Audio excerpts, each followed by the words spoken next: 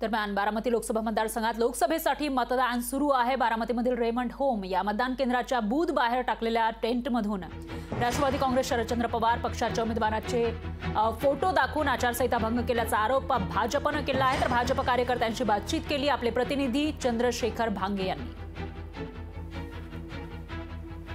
मी सध्या बारामतीमध्ये आहे आणि बारामतीच्या रेमंड होम या बूथ केंद्रावरती आचारसंहितेचा भंग होतोय असा आरोप जो आहे तो भारतीय जनता पक्षाच्या कार्यकर्त्यांनी केलेला आहे। हा नेमका आरोप काय आपण थेट त्यांच्याशी बातचीत करूया। तुम्ही आरोप केलात, कशा पद्धतीने आचारसंहितेचा भंग होतो, काय तुमचं म्हणणं?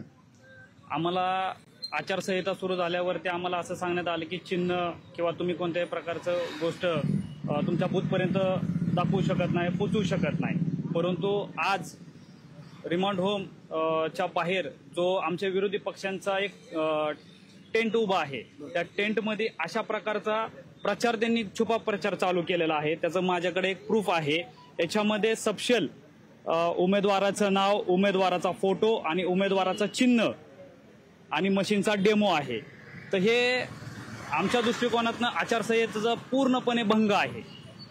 आजच्या दिवशी हा हे करणं चुकीचं आहे। आम्ही निवडणूक आयोगाला तक्रार दिलेली आहे। निवडणूक आयोग भीतीपोटी कोणतीही कारवाई करण्यास तयार नाही। आम्हाला निवडणूक आयोगाला पण हा प्रश्न आहे, तुम्ही कोणाला भेटाय? म्हणजे या ठिकाणाहून प्रचार सुरू आहे असा तुमचा थेट आरोप आहे। कुणाचा प्रचार सुरू? आमच्या विरोधी पक्षाचा प्रचार आहे। त्यांचं नाव आहे सुप्रिया सुळे। कोणतं आहे मला दाखवाल का? कोणतं बूथ आहे? आपण बघू शकतो की या ठिकाणी हे जे आरोप करणारे भाजपचे कार्यकर्ते आहेत हे सध्या आपल्याला बूथवरती घेऊन जाताना दिसत आहेत। हेच जे बूथ आहे या बूथवरती सध्या अशा पद्धतीनं प्रचार केला जात असल्याचा आरोप जो आहे तो भाजपच्या कार्यकर्त्यांनी केला आहे। कुठल्या ठिकाणी आपण दाखवू शकता का? या ठिकाणी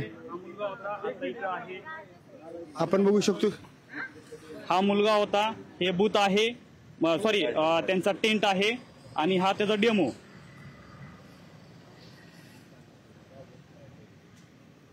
बघा हाच मुलगा आहे, चेक व्हेरीफाय करा। हेच बूथ आहे आणि हे बघा पूर्णपणे हे आचारसंहितेचं उल्लंघन आहे। नाही काही नाही ठीक आहे। आपण बघू शकतो या ठिकाणी आचारसंहितेचा उल्लंघन झाल्याचा आरोप जो आहे तो भाजपच्या कार्यकर्त्यांनी केलेला आहे। त्यांचा आरोप आहे की या ठिकाणाहून जो आहे तो प्रचार केला जात आहे। लोकशाहीसाठी मी चंद्रशेखर भांगे, पुणे। लोकशाही मराठी ऐका, पहा, जागरूक रहा।